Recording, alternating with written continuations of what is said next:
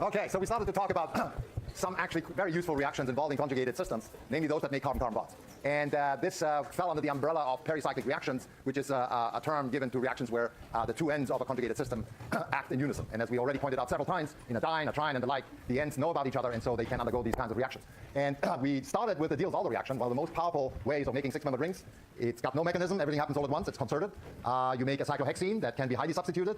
Two carbon-carbon bonds are made in one step, and we learned that it's stereospecific, not only with respect to the stereochemistry of the individual components, but also because of the Endo rule, the relative stereochemistry of one partner vis-a-vis the stereocenters in the other partner. And then we moved on to, in a way, a simpler reaction, namely just simple isomerization of polyenes. And we learned that butadiene, indeed, when you heat it, is in equilibrium with cyclobutene. And what it does is the two ends get together and make a bond. Okay? And that equilibrium is uphill. So, in fact, if you want a reaction to go forward, you have to start with cyclobutene. And when you heat it, it will convert to butadiene.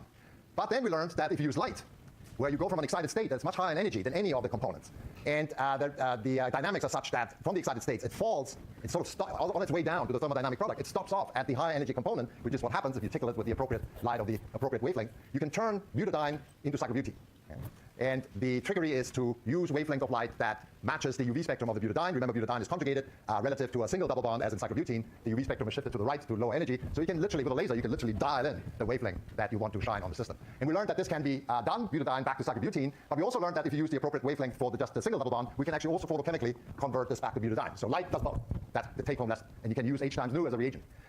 And if you, thermally, as we know, it only goes one way. Then we moved on to hexatrine. Hexatrine doesn't have the complication of ring strain. There, if you count up the bonds made versus bonds lost, the ring closure is exothermic. In fact, that's true for hexatrine or any of the larger polyene, tetraene and so on, octatetraene and so on.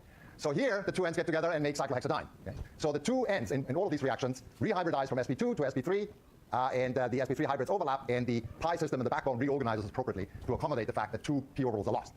So in the 6-electron case, it's 6 p orbitals going into 4. So a trine turns into a diene. And there we learned also that in the hexatrine case, thermally you go to the cyclic system, but with light you can go either way.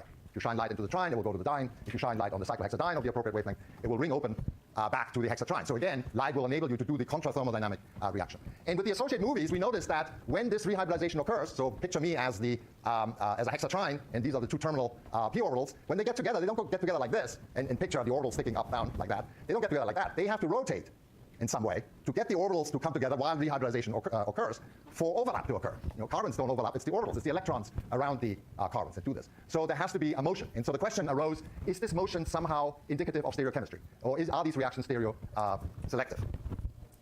And as we will find out now, yes. So if you start with a stereochemically labeled cyclobutene, 2 methyls up, notice that when you heat it, you get only one isomer of the diene, namely the cis-trans 2,4-hexadiene.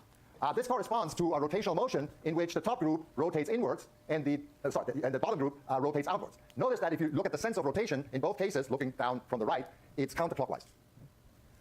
Indeed, this is what happens. Cyclobutene rotates substituents in a concerted same manner, in the same sense.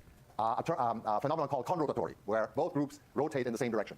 You could have done this rotation clockwise for both carbons, and that would have given you the same product. So this conrotatory motion, if you go back to calisthenics, if I'm the cyclobutene and here the two substituents are up, cis, means that they rotate like this. One goes out, one goes in, okay, in a concerted motion. They can do the same thing that way, okay? That's equivalent. But the point is they both rotate in the same sense. You can do the control with a second stereoisomer, the trans, and again the same thing happens. You start with trans, this one rotates out down here, and this one rotates up, and you get the trans-trans isomer. So in this case, the rotation is conrotatory from your perspective, counterclockwise, both. Now the equivalent motion is also allowed, so to speak, namely clockwise, both of them. But notice that when you do that, the two methyl groups start to bump into each other, and that's a bad transition state. So in cases like this, you opt for the transition state that is the least hindered. So if you have a choice, you look at the transition states that are involved, and you can readily predict what will happen. Because if you were to rotate in the other sense, these two methyl groups wind up in the product on the inside, which is a bad steric situation. So here it is again. This movement is called conrotatory. So here, conrotatory, counterclockwise, counterclockwise, gives you cis-trans. Here again, a model, counterclockwise, counterclockwise, gives you cis-trans. Or double clockwise, also gives you cis-trans. So let's look at the Immel movie again of this, but now with substituents. And you can see how the rotation smoothly occurs in the thermal motion in the same direction. Now from your perspective, double clockwise. Okay? So here it is, and now counterclockwise. Rotation here and here to put one to the inside and one to the outside. And notice that when it reforms the cyclobutene, there has to be rotation here because these orbitals have to form the single bond that connects the 4-membered ring carbons. So if you, these movies are available on the publisher's website, or they'll be on the webcast, of course. You can stare at those. It's a great mechanism to do yoga by. You can stare at these for hours. It goes back and forth and back and forth. Very soothing. Okay, so now the other isomer again. And here we have this rotation. This one out, gives you the trans-trans. Here's the model. And here's the alternative, which is also allowed, namely conrotatory, such that both of them rotate counterclockwise from this picture. And that would place the two methyl groups on the inside. And while this is a viable structure, because in its ground state, this molecule will actually rotate to the untied configuration, right? Remember, this is actually the syn configuration that's less stable. So with methyl substituents, it would just rotate out. It would be viable, but it's not formed because in the transition state, the methyl groups can't escape each other. Okay? So they have to bump into each other, and that's bad news. So we have thermal, cyclobutene, butadiene equilibrium goes conrotatory. Now, an added twist.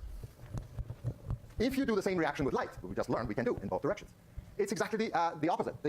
Instead of both groups rotating in the same sense, they're now rotating in opposite sense, a phenomenon called disrotatory from discord. Okay? They don't agree with each other. One goes one way, the other one goes the other. Such that one rotates clockwise and the other one counterclockwise. So now the trans equilibrates to, or rearranges to the cis-trans hexadiene. And the cis system, again, one rotates counterclockwise, one clockwise, gives you the trans-trans.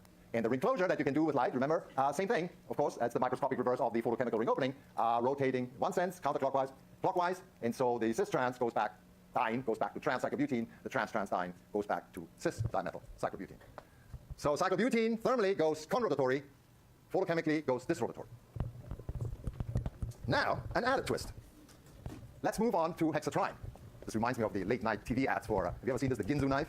Does this ring a bell to you? Where they keep selling you the stuff for $29.95, and they keep throwing an additional piece of crap on top of it, like a wooden spoon and a fork and so forth. Okay, if you look at the hexatrine ring closure and stereochemically label the double bonds, here it's trans-trans, and you look at the product, you realize hexatrine thermally now goes disrotatory, the opposite from butadiene.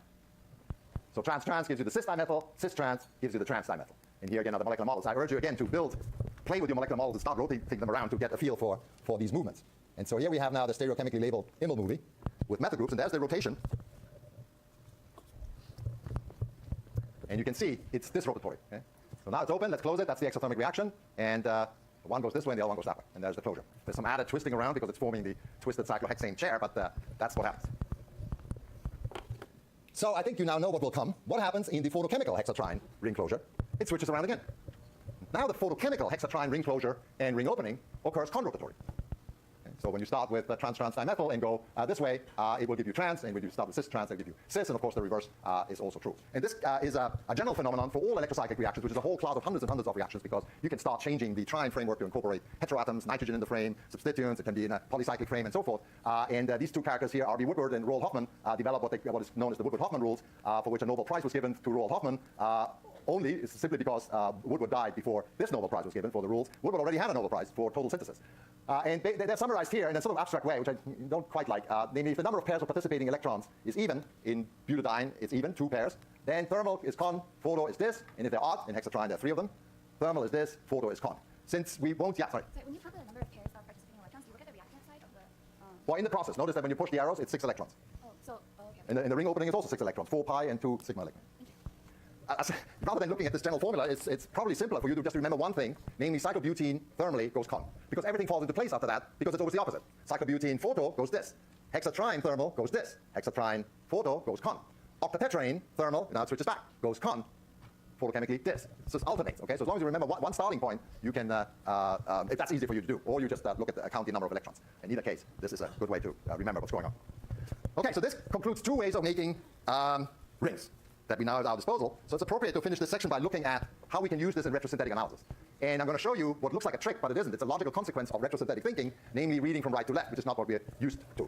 If you are asked in the first midterm to make this from any acyclic starting material, how would you go about it?